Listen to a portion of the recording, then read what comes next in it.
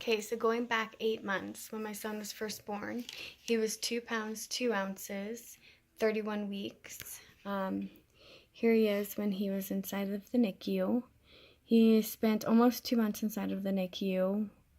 He only needed less than a day on oxygen, so his oxygen was great. He had his feeding tube in for, up until like 2 weeks till he got to go home. I adore this picture. That was him inside of the incubator. Look at that smile. For everything that he is going through, he is such a happy-go-lucky baby. I don't know if you can see this one. A couple other pictures. After he got out of the NICU, he's been in the hospital 5 times for different lung infections. And they just found out, that he can't suck and swallow because he has a tongue tie and a lip tie.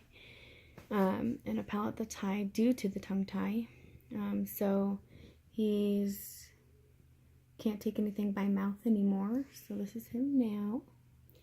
And I got to practice on that doll. That's his little buddy. I got to practice how to put an NG tube in. So that when he takes it out, I can put it back in. These are some little pictures when he was in the NICU and different hospital visits. I wish that I was videotaping while he was in the NICU so that you guys could see how life was then.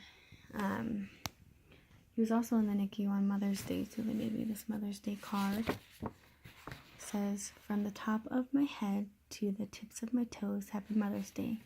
Love, Brayden." And he was 3 pounds 4 ounces.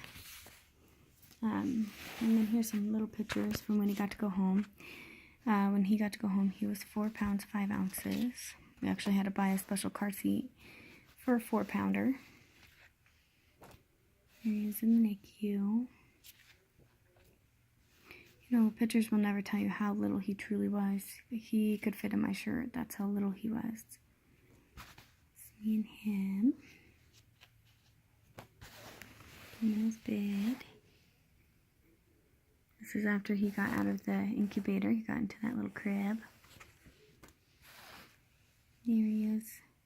Trying to bottle feed. He didn't really, latch onto the bottle that well either in the NICU, but they just never caught it. There he is. It's such a happy baby.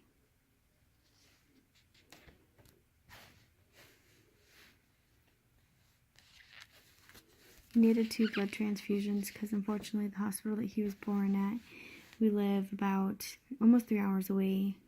So we had to do the transfusions to get his oxygen up. There's him and his brother.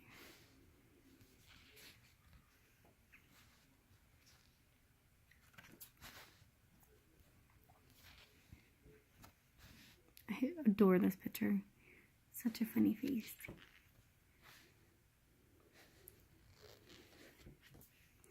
There's him. I got to give him his first bath. That's him getting dressed. That's a preemie outfit. You would never be able to guess. But he was definitely swimming in it. There he is. Him and his dad. Graduated to another bed. So we got 3 different beds while he was in the NICU. There's my beautiful family of 4.